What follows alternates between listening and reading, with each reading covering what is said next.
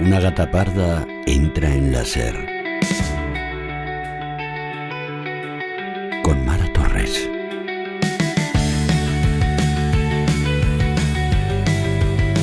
Hola, ¿qué tal? Buenos días. Este verano estamos recordando algunas de las entrevistas que hemos hecho esta temporada en El Faro y hoy vamos a recordar la que hicimos a la periodista Gloria Serra y al músico Iván Ferreiro. Voy a empezar con Gloria Serra. Gloria Serra es una periodista con una larguísima trayectoria que comenzó en la radio, precisamente en Radio Barcelona.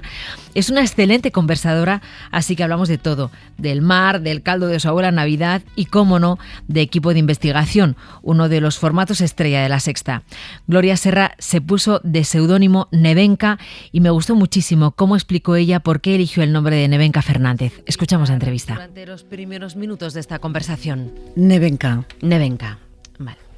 Arrancamos en el mar, nos vamos a despedir después en un faro. Os pregunto siempre por vuestra relación con el mar. ¿Cuál es la tuya? Íntima. Cuando me separo del mar, luego mi corazón llora. Yo siempre que vuelvo al mar, si hace mucho tiempo que no he ido, me emociono y me saltan las lágrimas. Y mi canción bandera es Mediterránea. ¿Te criaste mirando el mar? Sí. Me crié mirando al mar y me crié dentro del mar. Soy muy acuática, soy como un pez y aunque nado en la piscina, pero donde nado mejor es en el mar. No hay nada que me guste más que irme hacia el horizonte, irme hacia la boya de los 100 metros de seguridad de las playas y una vez allí tengo una sensación de libertad increíble. Si yo te digo, descríbeme el olor del caldo de tu abuela en Navidad. El olor del caldo de mi abuela en Navidad son sus mejillas rojas y su bata remangada hasta el codo mientras decía, pon la estufa, que viene la nena.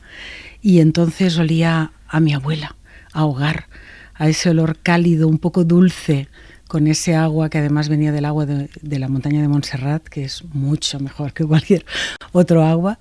Y ese es el olor del caldo de mi abuela.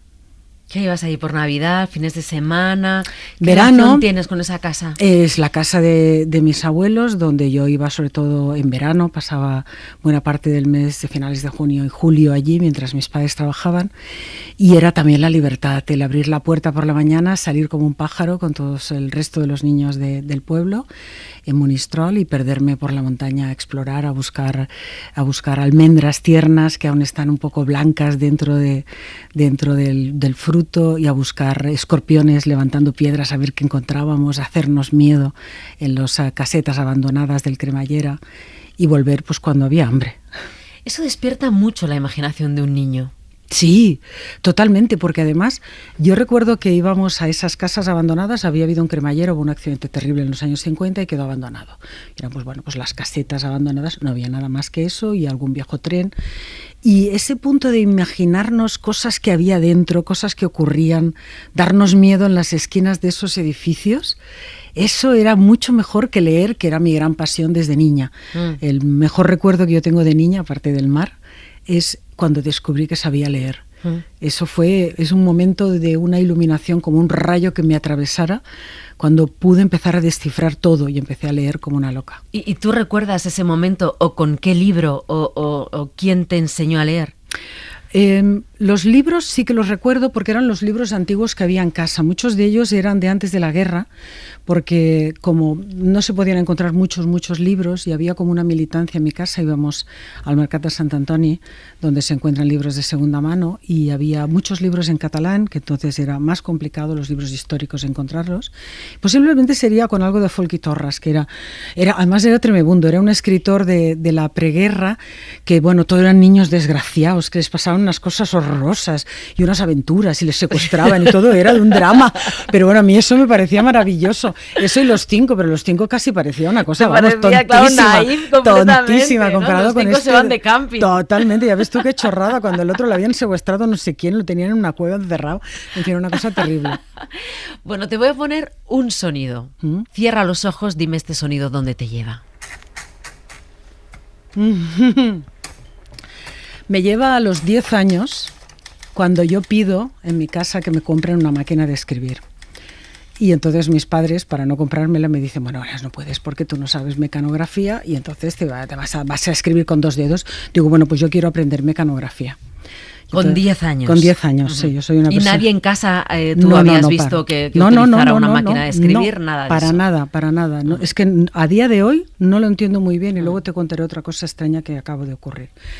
Y bueno, encontraron un sitio, una empresa americana que empezaba a hacer técnicas así audiovisuales como muy modernas y preguntaron si una niña de 10 años podía aprender y dijeron, bueno, no nos han dicho lo contrario, con lo cual que se venga. Yo iba allí, que no me llegaban los pies al suelo, y aprendí a escribir a máquina. Los pies no te llegarían al suelo y los deditos prácticamente se te colarían entre las teclas. No lo sé, pero yo aprendí. Y yo quería seguir, quería hacer 2000 pulsaciones. ¿Tú tenías aquella frase, tomaba whisky, no sé qué, esa frase que de mecanografía? Esto me lo ha dicho más gente, sí. Pero no, porque era otro sistema. Era un sistema de teclado ciego con una pantalla en la que era muy moderno en aquel momento, que se proyectaban las letras y las frases, pero sí me lo han dicho esta frase, sí. Y realmente yo nunca la hice. Acabé con, creo que eran 175 pulsaciones por minuto, yo emperradísima que quería llegar a 2000 y entonces practiqué yo en casa porque yo quería llegar a 2000. Pero lo más extraño que ha ocurrido después de eso, que esa máquina de escribir fue mi compañera, ya para siempre jamás, es que hace, te diré que ni un mes, una de mis hijas, que ha sacado muchas cosas de mí, la otra es más científica, ha salido más al padre, me dijo, mamá, quiero una máquina de escribir. Ella no sabía que yo tenía una máquina de escribir, ni mucho menos todo lo que te acabo de contar. Y yo le pregunté, digo, a ver si es que mi madre ha contado. Digo, ¿y eso? Porque he pensado que para todo lo que quiero escribir necesito... Digo, pero tienes un ordenador que tiene para trabajar.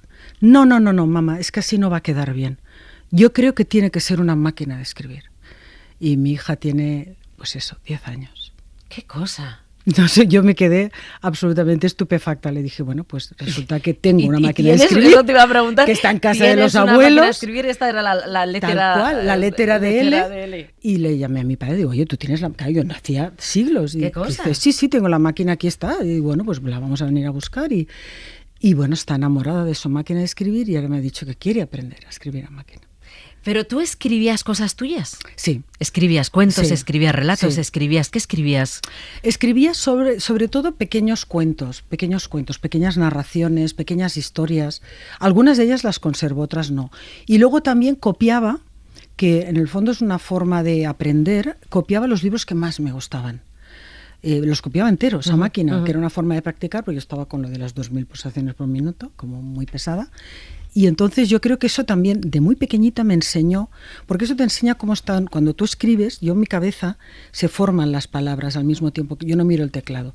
Y yo creo que esa era una forma en que yo aprendí a construir frases muy temprano. Muy temprano. Frases complejas, sí. No las frases de una niña de 10 años, sino algo más complicado.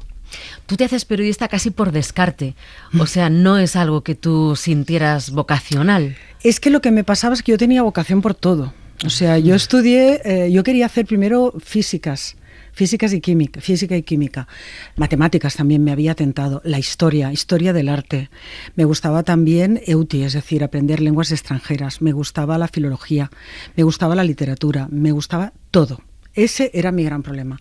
Y entonces yo recuerdo con mucha angustia que, claro, llegué, hice la selectividad, pero ya había que tomar una decisión. Y me acuerdo de mis padres, bueno, ¿pero qué vas a hacer? No. Yo estaba para un ataque, creo que es el momento que estaba más nerviosa en mi vida, porque todo me llamaba la atención. Ya había descartado la parte científica, biología también me gustaba, porque pensé, seguramente voy a acabar dando clases, y eso no me apetecía. Y entonces encontré, de golpe porrazo, pensé, ¿qué puede sumar todo eso que me gusta?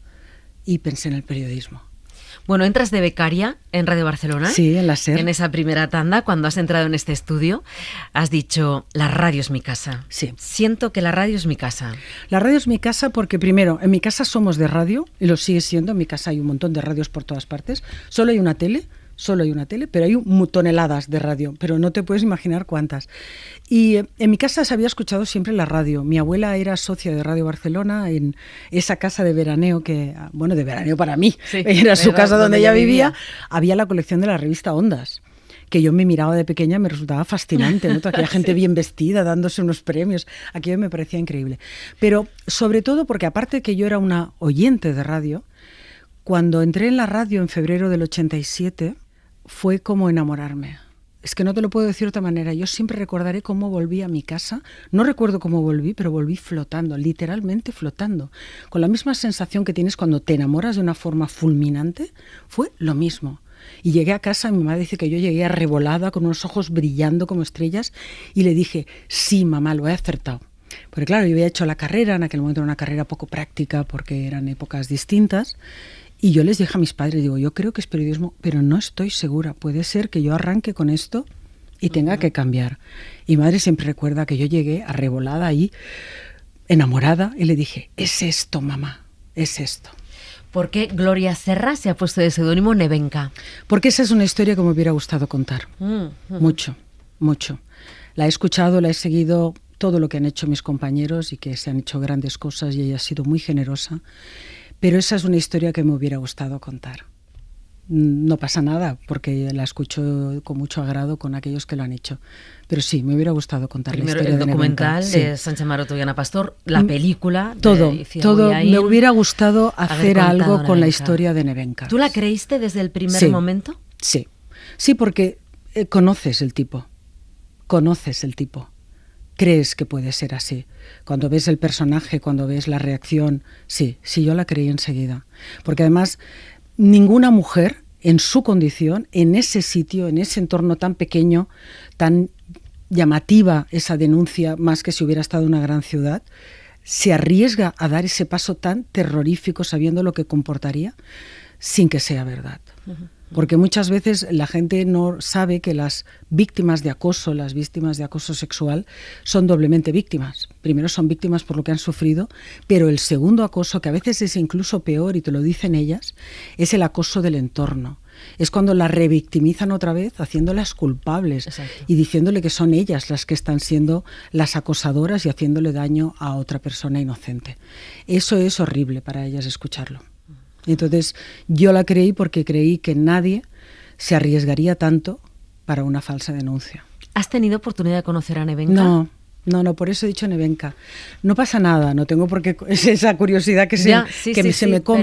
Pero, yo me gustaría estar en todas, ¿no? Sí. Pero no, a ver si me entiendes, no es un morbo, no es que quiero conocer a Nevenka, no. No, lo hemos entendido perfectamente. Me hubiera gustado estar allí con ella, como periodista. Bueno, he traído un programa que fue importantísimo para ti, importantísimo el programa hoy en día todavía, El Balcón, un programa de radio que tú creaste.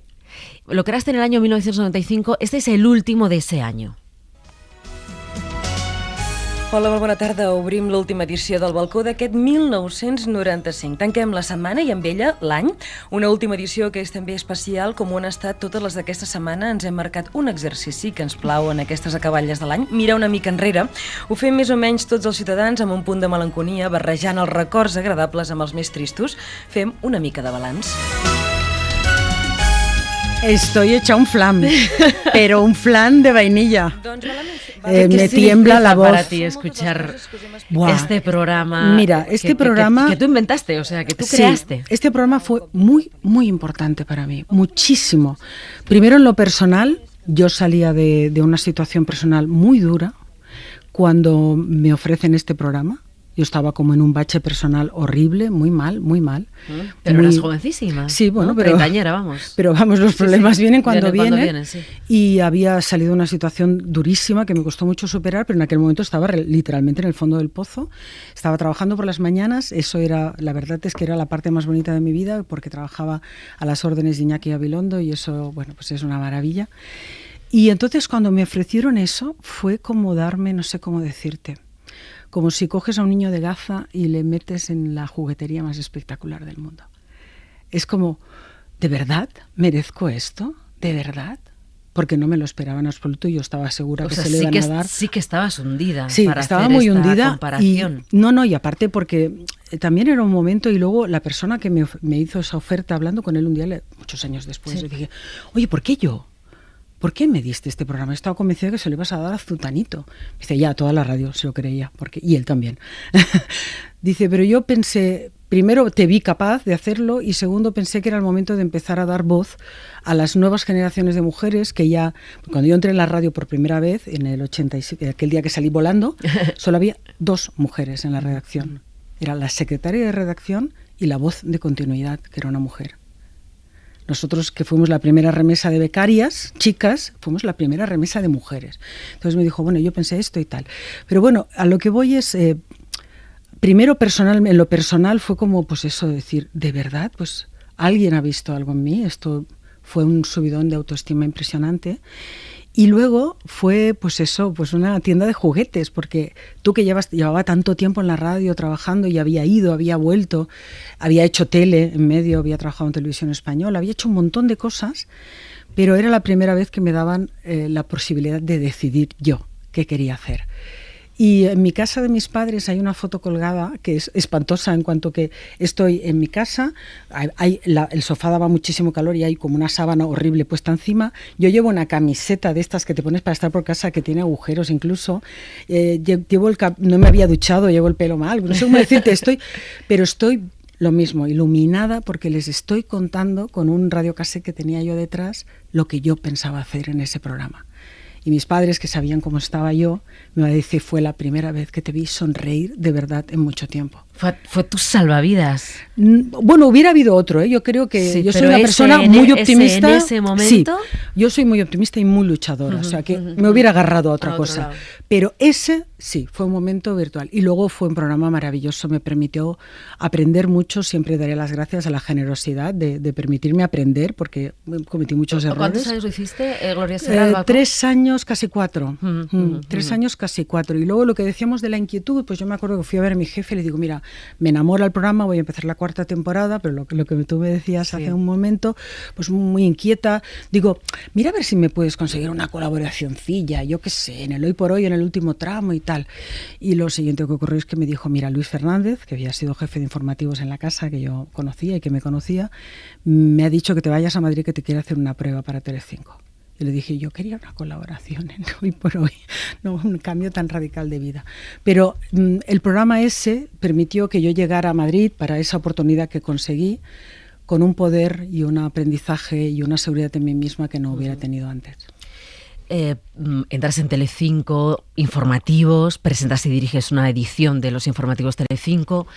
¿Qué te dio la tele como para que te hayas quedado? Mira, la verdad es que yo he dejado de hacer planes profesionales desde ese día. No, porque me ha pasado siempre. O sea, yo tenía una carrera excepcional, he tenido unas oportunidades increíbles, pero nunca las he planificado. O sea, siempre que he dicho, ay, van a hacer un casting de esto o están buscando a alguien para no sé qué y me presento, nunca ha funcionado. Y entonces lo dejé de hacer. Y en realidad a lo mejor ha sido un poco inconsciente, pero yo me he dejado llevar. Me llamaron de la tele y ahí estuve, y cuando estaba allí pues me llamaron de TV3 y me volví para TV3. Entonces me he dejado arrastrar, la verdad, soy un poco veleta. Sí que es verdad que me he dejado arrastrar siempre con proyectos que me han parecido interesantes, estupendos, con gente sólida. Gloria, ¿qué recuerdo tienes de La Noria? Mira, el programa de La Noria, tienes? La gente recuerda la última etapa. ¿No? Así como con mucho famoso y tal. No, era un programa, ahora te lo cuento. Curiosamente ese programa llega en unas circunstancias prácticamente exactas a las de cuando llegó el Balcó. ¿Ah? Sí, en este caso yo me había puesto enferma por estrés, por lo que te decía, por tirar demasiado. Me encontraba bastante mal, había dejado el trabajo que tenía en Barcelona y ese verano estaba francamente un poco agobiada porque necesitaba trabajar, pero no me encontraba nada bien. Y me acuerdo que mi mejor amiga estaba en su casa, bueno, pero Gloria, pero tienes que currar, o sea, no te puedes quedar aquí. Y digo, es que necesito que me paguen para no trabajar. Y digo, bueno, esto no existe. Y entonces me llamaron de La Noria, y La Noria era un programa que me pareció surrealista que me llamaran. Yo no les conocía de nada, los que lo iban a hacer, la fábrica de la tele, porque ellos querían hacer, les habían encargado hacer un programa que fuera de corazón amable, pero que tuviera también información política y debate político. Eso era muy raro, ahora no, pero entonces era muy raro, y una parte de remembranza del pasado, como para la gente más mayor y tal. Bueno, yo me fui para allí, yo estaba hecha polvo, muy, muy hecha polvo, físicamente además, y la casa, bueno, quería una opción y los directores les gusté mucho yo, pero yo me pareció que aquello no tenía, que yo qué pintaba yo allí en un programa, presentaba a Jordi González, es un estilo de entretenimiento que yo no había hecho nunca, y mira, salió. Fue también una salvación para mí en ese momento, porque al principio solo querían una presentadora para la parte informativa, que era lo mío, no daba mucho trabajo y era una vez a la semana, con lo cual me pude recuperar. Luego ya me impliqué un poco más. Y además La Noria me enseñó otra cosa muy buena, que es humildad. los periodistas tendemos a ser poco humildes. Siempre tendemos a sabemos mucho. Y entonces siempre escribimos, pues conflicto de Gaza y Cisjordania, como si la gente se hubiera leído los últimos 20 años de periódicos sobre el tema. Y a veces tendemos a tratar al espectador, al oyente, con poca amabilidad y con poca humildad. Y no bajamos a su casa. No, es una cosa que hemos trabajado mucho con equipo de investigación, por ejemplo, que es intentar, oye, la gente es el viernes, te ha regalado una hora de tu vida, no te pongas fantástico. Intenta tener un lenguaje que se entienda perfectamente, ayúdale, repítele varias veces lo mismo para que le quede bien claro. Bueno, pues en la Noria se me enseñó, porque yo con mucha soberbia me dijeron, mira, lo que queremos hacer es un debate político, pero el target que tenemos son gente mayor que no lee el periódico, que no escucha la radio. Y dije, esto es imposible porque no lo van a entender. Esa soberbia, afortunadamente, me la quitaron en la Noria. Me dijeron, pues hay que intentarlo. Y me ayudaron y me enseñaron cómo hacerlo, y se pudo hacer. Se pudo hacer un debate que se entendía perfectamente, con unos vídeos introductorios que yo presentaba, que eran sencillos, básicos y claros, que es lo que merecen los espectadores. Citas equipo de investigación. ¿Tú eres consciente, Gloria Serra, de que después de la amplísima trayectoria que tienes, hay una generación entera que solo te conoce por equipo de investigación? Me encanta, me gusta. Además, de verdad, fíjate, yo nunca me hubiera imaginado estar 15 años en un mismo proyecto, porque pues lo mismo, porque yo siempre, oye, esto ya no me gusta, esto me estoy aburriendo, esto no sé qué. Y cuando empezó equipo yo pensé, la televisión privada, un programa que es carísimo, en plena crisis económica, y además el viernes por la noche, que la gente está más bien para jotas que para llantos, con lo cual, ¿qué hacemos nosotros aquí? Me equivoqué, afortunadamente, es otra lección. La vida está para aprender este tipo de lecciones, yo me encanta. Pero fíjate que me he ido quedando, primero porque me siento muy a gusto, o sea, el equipo que se ha montado, la forma de trabajar es loquísima, pero bueno, yo me surfeo bien el caos, pero sobre todo porque cada programa es como si volviéramos a empezar. Es increíble, ¿eh? Todo esto que contabas que aprendiste en la Noria, de hacer cercano el mensaje, de bajar, no es bajar de ninguna manera, es hacerte entendible, hacer cómplice al espectador, con ¿no? las personas. Exacto, desde la como complicidad. Se merecen que les hablemos. Todo eso se traduce en cómo haces equipo de investigación, porque es verdad que todo el mundo entiende que hay un equipazo detrás, pero eres una piedra angular porque te has convertido en una profesional única por el tono, por la forma que tienes de contarlo. Pero el definitivo es el de la guerra del pan, ¿no? Entonces vamos a escuchar cómo arrancaba este equipo de investigación dedicado a una investigación sobre el pan. Ninguno de los panes es integral 100%. Pero nos confirman que el de la franquicia no tiene ni la mitad de harina integral. Con los resultados de los análisis... Sí, es una panificadora. A ver, es que es buenísimo.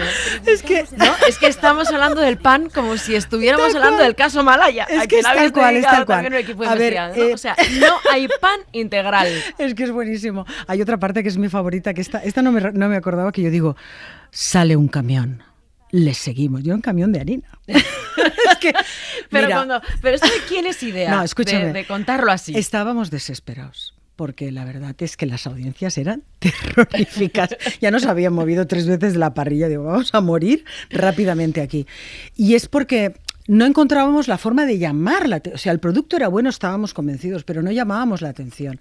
Y entonces este programa fue un desastre, porque nosotros fuimos a investigar un tipo que vendía barras de pan a 20 céntimos, pero es que no había tema. No había tema porque sencillamente que era un mal empresario que estaba haciendo dumping y se arruinó vendiendo bajo precio. Bueno, pero claro, te encuentras con ese material, no lo puedes tirar, ahora no lo meteríamos, pero en aquel momento no estábamos para tirar material y tal. Y entonces mi jefa dijo, hay que darle intensidad. Y yo me acuerdo todos allí sentados como digo, bueno, ¿y esto qué quiere decir, darle intensidad? Si es un reportaje fallido sobre el pan. O sea, no hay cosa menos sexy en este mundo.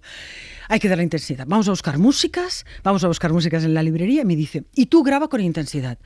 Y yo le digo, bueno, pues yo vengo de informativos, es que no sé qué quieres decirme con esto y tal. Soy seria, soy sosa y seria, sujeto, verbo y predicado, punto, ya está, que se entiendan las palabras y vocalizar.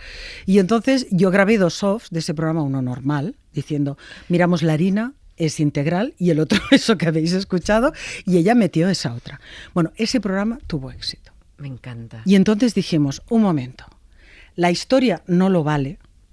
La historia, y luego hicimos La Guerra del Croissant casi inmediatamente después, que era un caso parecido, que tampoco tenía mucho tal. Yo me acuerdo mucho del pelo. Sí, también, otro que tal. Los injertos de hay que irse a Estambul. Sí.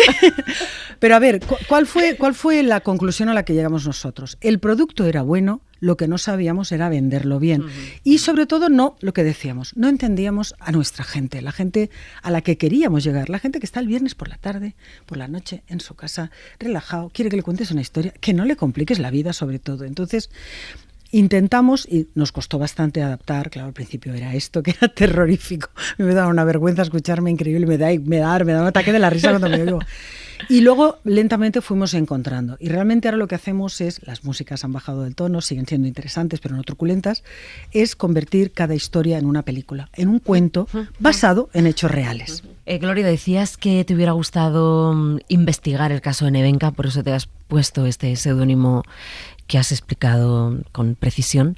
¿Qué investigación quieres hacer? ¿Cuál tienes en mente?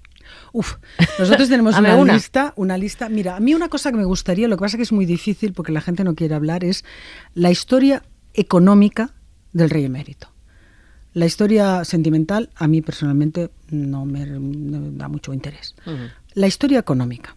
Esa sí que me interesaría hacer. Lo que pasa es que son temas, a veces te dicen, pero se han prohibido. No, hay cosas peores que prohibir, que es que la gente que tiene que hablar no hable. Entonces es imposible tirar adelante cosas. Pero esa historia a mí me gustaría, o hacerla yo, eso es lo que más me gustaría, o sobre todo que la hiciera otro, es igual, pero yo quiero saber como ciudadana española cuál ha sido la historia económica del rey emérito mientras estuvo al frente de la jefatura del Estado. Bueno, vámonos a un faro. Me gustaría que me dijeras con quién te gustaría estar, sola, acompañada, encontrarte con alguien, reencontrarte con alguien que ya no esté. ¿Y qué canción estaría sonando?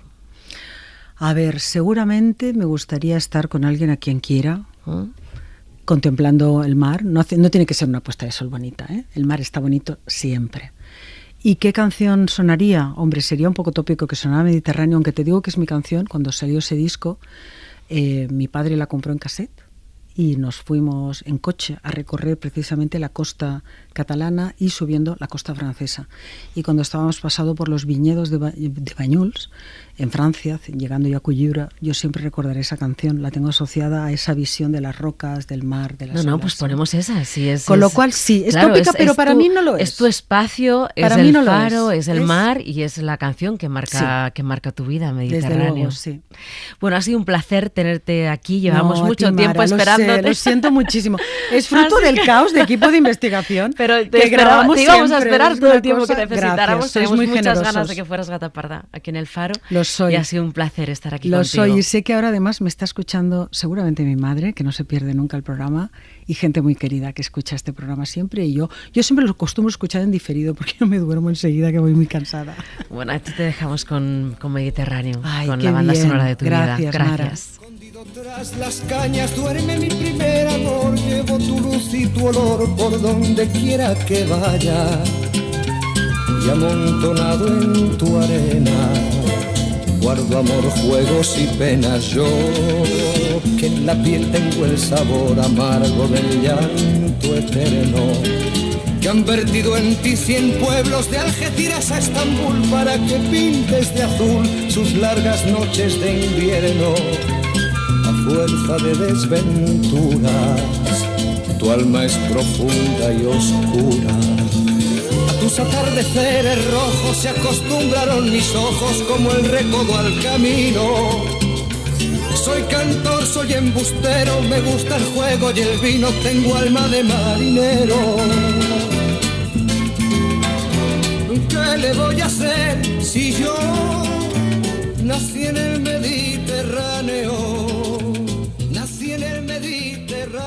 El Faro, con Mara Torres. Iván Ferreiro es un músico al que no solo adoramos, sino que hay una generación entera cuyas canciones forman parte de la banda sonora de nuestra vida, tanto en la etapa de Piratas como en su etapa en solitario. Aquí os voy a dejar la conversación que mantuve con Iván Ferreiro, en la que cuenta, entre otras cosas, el significado de la canción Turnedo. Seudónimo para arrancar esta esta conversación. ¿Cuál eliges? Ray Doriva, el hermano analfabeto de Ray Loriga. Vale. Arrancamos en el mar, nos vamos a despedir después en un faro. Os pregunto siempre qué relación tenéis con el mar. ¿Cuál es la tuya? ¿Cuál es mi relación? Pues yo soy marítimo, ¿no? Vivo en un pueblo de costa, nací en una ciudad de costa y el mar ha estado relacionado con mi vida siempre, más en los veranos, ¿no? Sobre todo cuando era un niño. Pero ya de adolescente, cuando estaba muy atormentado, me escapaba al mar, ¿no? Algún acantilado, alguna montaña en la que se veía el océano Atlántico, ¿no? Uh-huh. Y bueno, siempre me he considerado no soy un marinero, digamos, no es lo mío, pero el mar está muy ligado a mi vida y a mi estado de ánimo, ¿no? Uh-huh. Tampoco soy de esos gallegos que dicen no podría vivir en Madrid porque no hay mar, me refiero, no soy tan dependiente del mar, ¿no? Pero sí es cierto que ha estado ligado a mi vida todo el rato y de hecho, pues cuando hace buen tiempo y no llueve, pues por lo menos 2 o 3 días a la semana me voy a dar un paseo a la playa y a caminar con la perra. Vale, te voy a ir poniendo algunos sonidos, hacemos un recorrido desde la orilla del mar hasta el faro. Algunos sonidos que van formando parte de tu vida. Creo que igual uno de los primeros puede ser este. Tiene que ver todo con mi vida. Todo.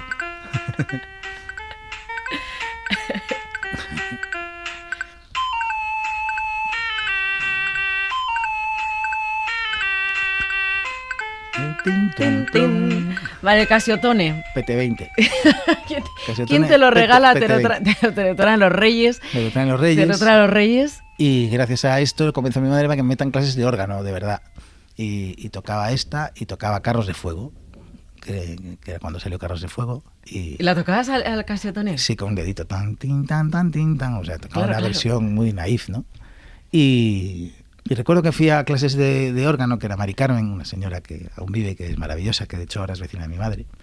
Y mi madre me dijo, a ver, tócale a Mari Carmen Carros de Fuego para que sepa que puedes tocar. Y allí toqué Carros de Fuego con mi Casiotone. Le di muy duro al Casiotone, di la chapa con él. Mucho tiempo. Y luego ya con los años me regalaron un órgano, que aún lo tengo, aún lo conservo. ¿Aún conservas ese órgano? Un órgano Yamaha maravilloso, que lo tengo en el estudio. ¿Por qué Iván Ferreiro se ha puesto Ray Doriva?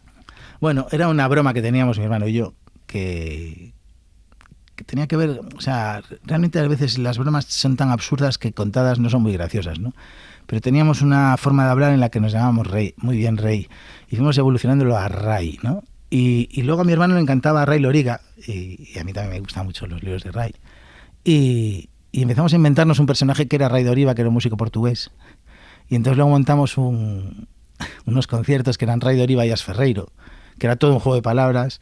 As Ferreiro éramos Amaro y yo, que éramos las hermanas Ferreiro, que en inglés sería The Smiths, ¿no? Éramos los Smith.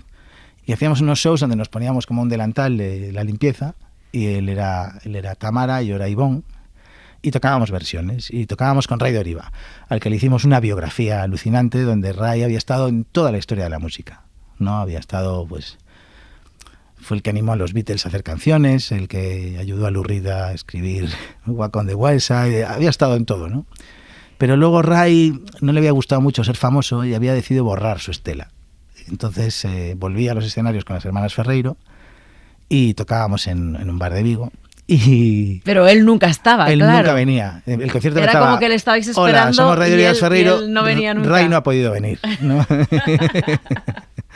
Y decidimos que tocaba un violín azul también. Íbamos inventándonos chorradas, ¿no? Y Ray me cae muy bien. Él lo sabe esa historia, claro, ¿cómo no lo va a saber? Hombre, Ray lo sabe todo. Está esperando para escribir la novela de las hermanas Smith. Las hermanas Smith. Bueno, Iván, he traído un directo yo creo que esto es el del año 92, cuando en Código de Barras. Ostras. Es que esa historia es bastante chula, o sea, es ya con piratas, ¿no? Sí. Y entonces ibais a hacer un concierto en este Código de Barras, en el CDB, regaláis un montón de invitaciones a la gente, miles. 32.000. 32.000 invitaciones, porque iba a ir alguien de una discográfica. Sí. Total, el local se llena. ¿Qué aforo tendría? Pues no sé cuánto tendría el código de No, barras. o sea, Era 1500. como un after, ¿no? El que ibas a las 3 de la mañana o a las 4. Claro, abarrotado. Sí. Abarrotado. Y entonces creo que arrancáis el concierto así, creo.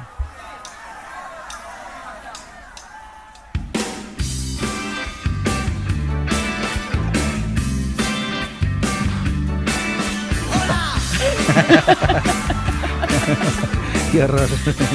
¿Qué pasó en este garito? ¿Qué pasó? O sea, de repente supuso el principio de tu trayectoria musical en serio, o sea, con una discográfica.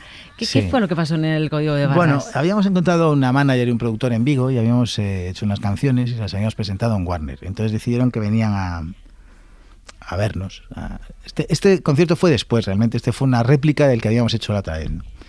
Y teníamos como maquetas, teníamos como, yo qué sé, a lo mejor 6 o 8 canciones, no recuerdo cuántas.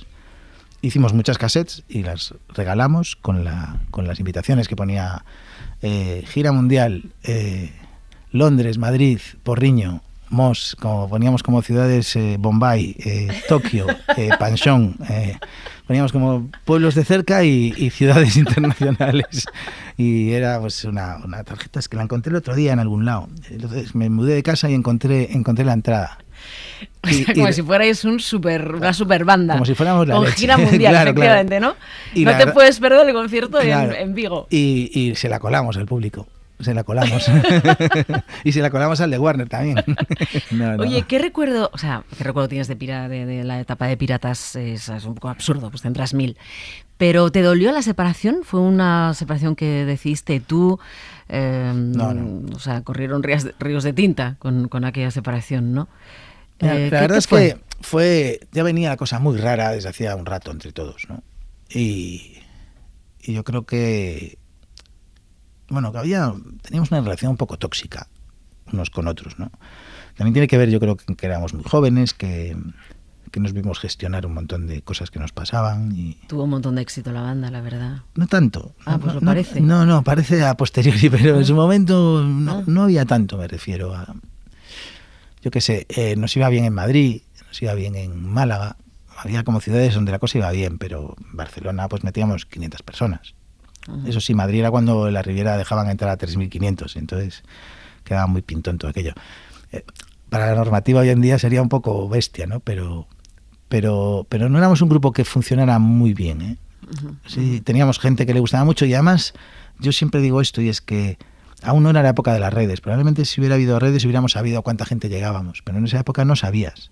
De hecho, a veces un promotor no sabía, cuando te presentaba en una ciudad, no sabía si había mucha gente que oía eso en esa ciudad. ¿Vivíais de No. la banda? ¿Vivíais de...? Por temporadas. Yo vivía de poner copas en un bar. Ah, vale, o sea, no os daba para vivir.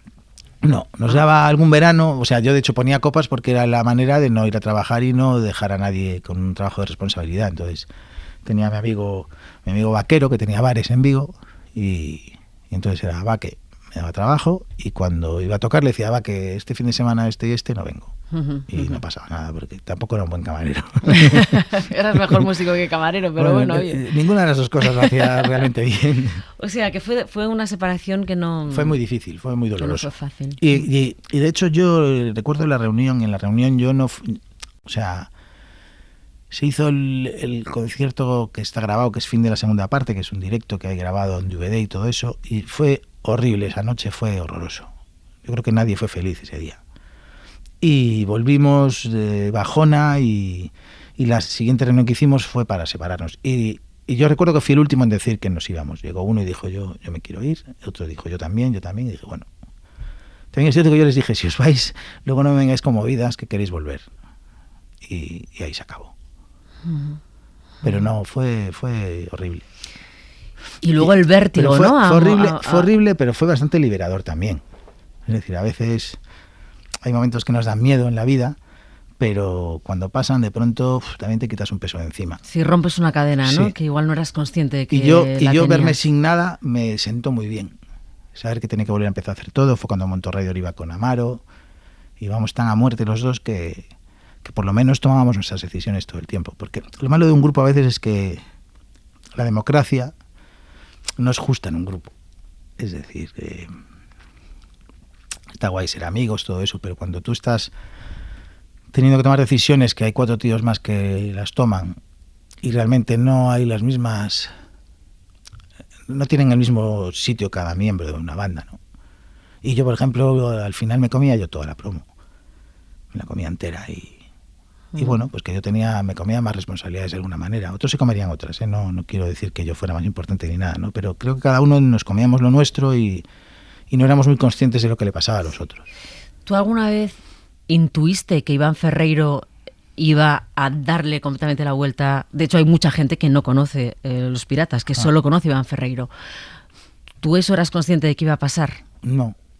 ¿Y tuviste vértigo a la hora de montártelo solo con tu hermano, con ¿Sabes Amaro? qué pasa? Que yo llevar solo tu nombre. Es que yo desde el principio, desde que empecé, solo tenía el deseo de tener un oficio. O sea, no pensé nunca en el éxito de una forma concreta. Para mí el éxito era una cosa abstracta en la que yo vivía de hacer canciones. Y en Piratas, además, se hacía una apología concreta de tener un éxito de una manera determinada. Recuerdo cuando sacamos Ultrasónica que pusieron spots en la tele de años 80 y nos sentaba fatal, porque nos incomodaba, porque nos veíamos muy expuestos. Nunca me ha gustado especialmente la popularidad. Igual a los 20 tenía una idea, pero a los 24 se me había quitado ya. Y yo siempre he querido ser músico, no ser famoso. Que ahora oigo a gente que yo quería ser famoso. La fama no me interesa mucho. De hecho, creo que no es nada buena la fama.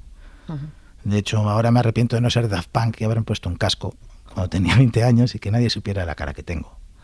Entonces yo quería tener un trabajo. Y realmente cuando se separa Piratas, ya tengo un poco claro cómo funciona la industria, cómo funciona mi compañía de discos, cómo funcionan las giras. Y voy con las ideas muy claras. Entonces yo cuando ya saqué mi disco dije, no lo presentéis en 40, no porque no quiera que lo pongan, sino porque estamos perdiendo el tiempo. Y porque era una época donde las compañías focalizaban todo en una serie de radios. Y yo recuerdo tenerlo muy claro y hacer las 10 canciones y decir... De hecho las grabé en una casa rural con Suso Saiz, porque sabía que no necesitaba ni irme a un estudio profesional ni nada. Sabía que tenía 10 buenas canciones, que hacía falta que fueran simples, que la letra funcionara bien, que contara cosas. Y de hecho monté una banda que Warner no quería, que era mi hermano, que acaba de licenciarse en Derecho y no había tocado en su vida... Y me traje a Carlos Arancegui, que era el batería de Ubago en esa época, y todos, ¿pero cómo te llamas el de Ubago? Este tío toca increíble. ¿Y tu hermano? Pues mi hermano aprenderá a tocar, porque en el escenario se aprende. Iván, para lo de unas cuantas canciones con letras fáciles, no lo dirás por Turnedo. Fáciles no, me refiero. Vamos a escucharla. Esta canción es un himno para cientos de miles de personas. Es alucinante que la gente se sepa de la primera palabra a la última cuando es una canción sin estribillo y difícil de recordar. Pero un mensaje simple. Es vete a la mierda. Tu ropa paseando como una tarde de julio, pero con frío y tronando. Se puede saber qué esperas, que te mire y que te seque, que te vea y que me quede, tomando la luna juntos, la luna tú y yo expectantes, a que pase algún cometa o baje un platillo volante. Y la playa llora y llora, y desde mi casa grito que aunque pienso en abrazarte, que aunque pienso en ir contigo, el doctor me recomienda que no me quite mi abrigo. Iván, tú la primera vez que en un concierto todo el mundo coreó esta canción de principio a fin, debiste flipar. ¿Cómo es posible? ¿Sabes cuando te digo que lo tenía claro? Yo recuerdo cuando Amaro llegó con la canción y grabamos la maqueta. Y al principio era un poco rara, pero a los 2 días tenía claro que era una canción imbatible. De hecho le hice un poco el lío a Warner, porque Warner tenían la manía de querer escuchar los discos, y yo cuando firmé con Warner era la época en que se gastaba mucha pasta en los discos, y yo me estaba dando cuenta de lo que estaba empezando a pasar en la industria, ¿no? Porque tal vez las compañías han ido un poco lejos, un poco retrasadas respecto a la realidad, ¿no? Sí. Y entonces yo no les dejé escuchar nada. Y yo creo que como Piratas éramos un grupo muy problemático, creían que yo estaba loco y que iba a sacar una rayada horrible que no iba a entender nadie. Y yo sabía que tenía la canción. Porque la canción funciona muy bien. Y es una canción que la oyes 2 veces y te entra y habla de todo el mundo. Todos hemos estado un poco enfadados. Además, no es una canción en la que uno tenga razón necesariamente, solo es un estado de ánimo, que lo convierte en algo más simple. Es un estado de ánimo, sí, no habla de filosofía, no es profunda en el sentido de tengo razón, no, tengo razón en cómo me siento. Y yo creo que Canciones para el tiempo y la distancia era un disco que hablaba de cómo se siente uno. Mira, yo me siento así. Y eso es imbatible, y es de lo que van las canciones. Entonces yo sabía que la canción iba a ser un tiro. Sí, además creo que también rompía con Piratas de alguna manera la canción, ¿no? Y con cierta complejidad y cierta... Bueno, que nos liábamos un poco en Piratas. Para marcharse, ¿quién no tiene valor para marcharse? ¿Quién no tiene el valor para marcharse? ¿Quién prefiere quedarse y aguantar? Marcharse y aguantar. Iván Ferreiro, 35 años en la música. Se dice pronto. ¿Quién lo diría? 35 años. Bueno, 35 años y 55 años de vida, cosa que es impactante, ¿no? Siempre, cuando somos jóvenes, creemos que vamos a ser eternos y que vamos a ser jóvenes siempre. Y ahora pues ha llegado un momento en el que ya no soy joven. ¿Qué es lo mejor que te han dado estos 35 años? Bueno, muchas cosas. Yo considero que tengo una vida maravillosa y que he tenido mucha suerte. Me han pasado cosas, he tenido momentos horribles, como todo el mundo, ¿no? Pero no tan horribles. No he tenido la muerte muy cerca. Sí he tenido algunos amigos que han muerto, algunos familiares, pero a nivel de las cosas realmente dolorosas e inexplicables de la vida no he tenido tantos problemas, ¿no? Y bueno, realmente tú antes decías lo del éxito y todo eso, yo flipo todos los días viendo la carrera que tengo una carrera mucho mejor de lo que me imaginé nunca. Y además resulta que la realidad es mucho más bonita y mucho más profunda que la idea que tiene un niño de 16 años sobre que es que te vaya bien en la música. Entonces, ¿qué me ha dado esta carrera? Pues me ha dado tener amigos alucinantes. Eso te iba a decir, tienes además muy buenos amigos músicos. He hecho muy buenos amigos y me siento una persona muy querida. Y luego en lo personal, pues tengo una mujer flipante, tengo los hijos alucinantes, tengo unos hermanos alucinantes también, primos maravillosos, me rodean cosas muy buenas, ¿no?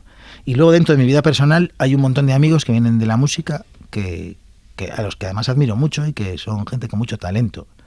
Y he cosechado muy buenas amistades, donde me siento pues muy querido. Creo que sentirse querido es muy importante en la vida. Nosotros te tenemos que dar las gracias por una canción que no es tuya, es de Juancho Márquez, pero en la que tú cantas y que tiene que ver con este programa. Entonces vamos a escuchar un poco porque esta canción la hemos puesto tanto en nuestro programa que quiero que la escuchemos y ya le pregunté a Juancho, pero quiero preguntarte a ti también cuando Juancho llegó con, no sé, la letra, ¿qué pensaste? Siente una calma abisal. Me encanta. Los recuerdos, canta, desmontando las palabras, crucigrama. ¿Qué recuerdos te trae la canción? Pues fue en la pandemia cuando la escribimos y ellos grababan en Viveiro, en el norte de Galicia, y yo no conocía a Juancho de nada, y me llamó alguien y me dijo, mira, este chico que quiere hacer una canción contigo y tal. Y me pillé el coche y me fui para allí y me encontré con estos chavales que trabajan de una forma completamente distinta a como trabajaba yo y me lo pasé muy bien grabando con ellos. Y yo creo que también tenía esa cosa de llevar encerrados no sé cuántos meses. Y recuerdo que yo cuando escribía mi parte de la letra, Juancho me miraba, no entendía muy bien de qué iba lo mío. ¿Y cuál es la parte tuya? ¿Cuál es la que tú cantas? ¿Es la tuya? Sí. Entonces, de hecho me lo confesó el año pasado que hicimos el Wizzing y lo invité y me dice, mira, la verdad es que hasta que oí tu disco de Trinchera Pop no entendía nada de lo que decías en tu parte de la letra. Nosotros en el programa la tenemos como una referencia, hemos puesto y cantado 1000 veces porque tiene esto que Juancho la escribió a la salida de una entrevista como esta. Sí, por eso se llama El Faro. Claro. La canción, ¿sabes? La verdad es que él tiene una voz preciosa y tiene una cosa haciendo melodías que es alucinante. O sea, fue precioso trabajar con él. Oye, Iván, esta canción Hoy por Ayer, esta es de Piratas, sí. La sacas ahora por los 35 años, o sea, cuéntame la historia de Hoy por Ayer, que es la que presenta la gira. Pues Hoy por Ayer era una canción que hicimos en Piratas entre dos épocas, que le llamamos la primera y la segunda parte, y la grabamos para un recopilatorio que se hizo de de los 10 primeros años, 8 primeros años de carrera. Y yo creo que marca dónde íbamos a ir a la hora de tocar, a la hora de hacer canciones. Y la grabamos en un estudio pequeñito en Vigo y es una canción que me encantaba a mí, ¿no? Y entonces cuando me puse a pensar en los 35 años, en cómo iba a llamarle a una gira así, pues me acordé de Hoy por Ayer. Y así como hay letras que las voy a cantar y las voy a tocar, pero todavía no sé si me veo en ellas o si sigo siendo esa persona, en Hoy por Ayer sí creo que sigue hablando de mí a día de hoy, ¿no? Uh-huh. Y bueno, y el título era perfecto, Hoy por Ayer, ¿no? Total. Si tenemos que revisar el pasado, pues el pasado se ve bien desde el presente, ¿no? Vamos a escucharla.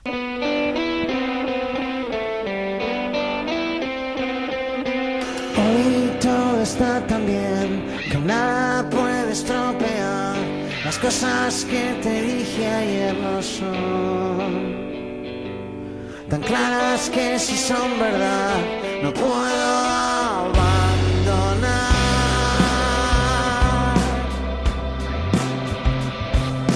Hoy todo está tan bien que juego a no pensar.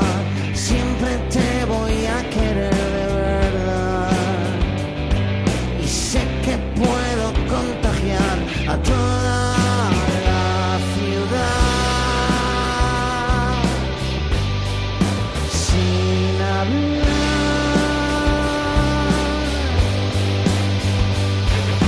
Hoy entiendo lo que soy, tengo claro dónde voy hoy, ya no quiero arreglar hoy, me he despertado hoy, lo que he dormido ayer, lo que he gastado hoy, lo que he empezado ayer, voy por ahí. Bueno, vamos a despedirnos. Me gustaría que estuvieras en un faro, me dijeras con quién te gustaría estar, encontrarte, reencontrarte, solo. ¿Y qué música estaría sonando? ¿Puede ser tuya o una canción tuya o puede ser cualquier otro tema? Bueno, a mí en un faro me gustaría estar con mi mujer, con Noa, que es con una persona con la que disfruto mucho del tiempo y que nos entendemos muy bien y estamos muy a gusto juntos. Y pondría la música que pongo normalmente en casa, que es a Sakamoto.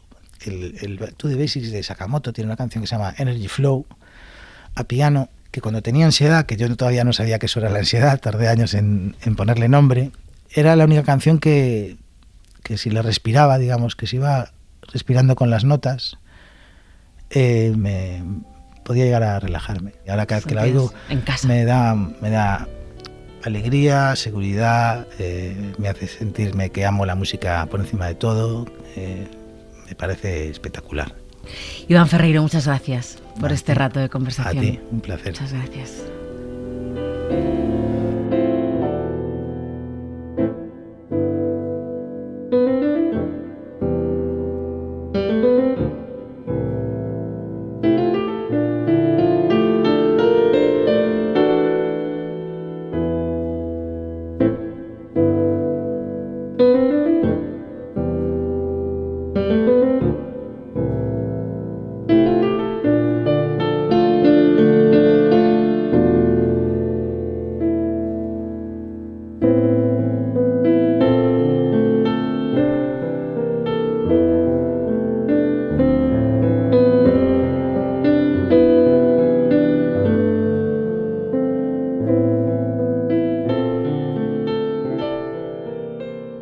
El Faro, con Mara Torres, Cadena SER. El Faro y sus mejores momentos siempre en la aplicación de la SER.